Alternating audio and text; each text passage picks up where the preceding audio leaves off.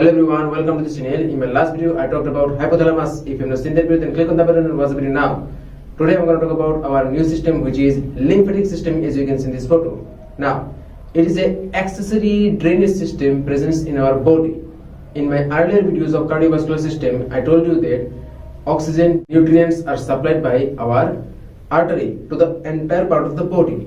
And after the cell utilizes this oxygen and all other nutrients, they create metabolite products. Alright, these metabolite products or the excretory products are drained via the veins, okay, to the heart. Now, here is the interesting fact that almost 80 to 85% cellular products along with the interstitial fluid gets drained via veins or the venous system. Now, what about those 10 to 15%?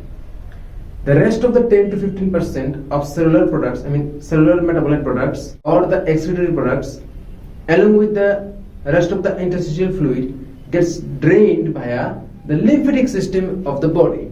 Okay, this lymphatic system consists of lymphatic vessels, then lymphatic ducts, then lymph itself, then lymphatic nodes. Also, you're going to find central lymphoid tissues, peripheral lymphoid organs. Okay, so first of all, what is lymphatic vessels?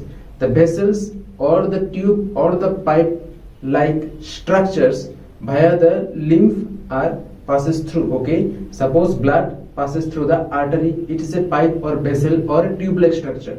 Just like vein also a tube or a pipe or a vessel. Okay, you can say whatever you want. Now, lymphatic vessels are also same. Understand? Now, number 2, lymphatic duct.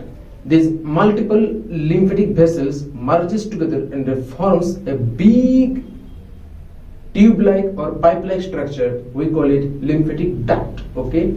Now, extra additional knowledge point for you that lymphatic vessels originates from the small intestine, contains mostly fat particles or the lipid particles. That's why the lymph is actually milky white color. That's why we call it chyle. Okay, so the lymphatic vessels carries this chyle. We call it lacteals. Okay, not lymphatic vessel.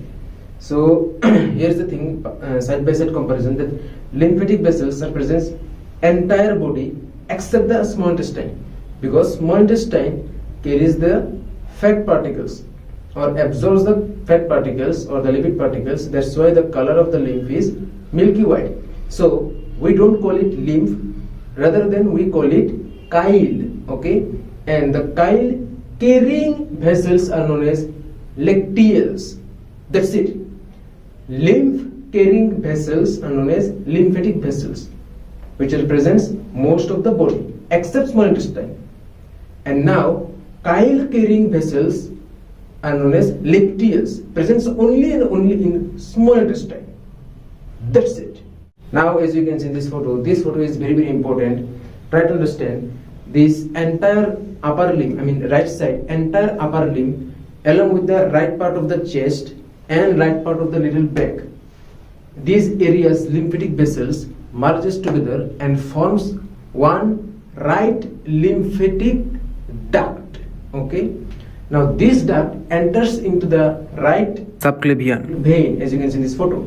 Okay, and the entire lower limb, both sides, right side, left side, lower limb, pelvis, abdomen, back, along with the left side upper limb, left side chest, head, neck, this entire major part forms, every entire part of the lymphatic vessels forms thoracic duct.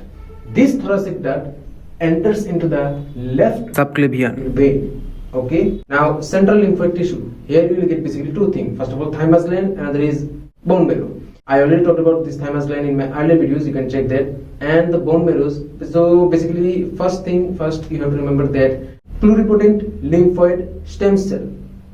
This thing presents inside the bone marrow, which produces basically T lymphocyte, B lymphocyte. But here's the thing. When you were in intrauterine life, basically when you were fetus inside your mother's womb, at that time your liver and spleen produced those T lymphocyte and B lymphocyte. And now you will get the peripheral lymphoid organs. You will get primarily spleen. I will talk about this part later, not now. And number 2, your lymphoid nodes. Now in these lymphoid nodes or the lymphatic nodes, you have to know so many things. Basically these nodes are present along the course of these lymphatic vessels. Suppose there is one lymphatic vessel, you will get here, multiple nodes, okay? All these nodes acts as a filter or like a barrier. Now these lymphatic nodes are basically reniform shaped, okay? 1 to 25 millimeter long, and the color of this lymph node depends on the situation. In entire body, mostly you will get brown color, okay? In the lungs, you will get black color.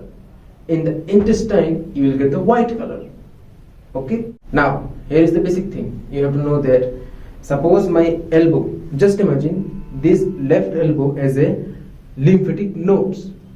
Now, on the perspective of these lymphatic nodes, if any vessel getting outside of this lymph node, we call it efferent lymphatic vessel, okay? And now same to same, on the perspective of this lymph node, if any lymphatic vessel getting inside of this lymph node, we call it afferent lymph node, okay? That's it. Very simple, very basic thing. Now in entire body there are lots and lots of lymph nodes, more than thousands. Among them, few lymph nodes are consisted in one particular area and forms a group, okay? Now these lymphatic nodes or the lymphatic groups are very important for your knowledge about your metastasis or the cancer purpose. Suppose you will get mainly cervical lymph nodes, then you will get axillary lymph nodes, mammillary lymph nodes, inguinal lymph nodes, lots and lots of lymph nodes. I will talk about this each one by one later, not now. So this is all about the basic introduction about our lymphatic system in a brief manner. So I hope you a little bit understood. Subscribe and share. Till then, bye.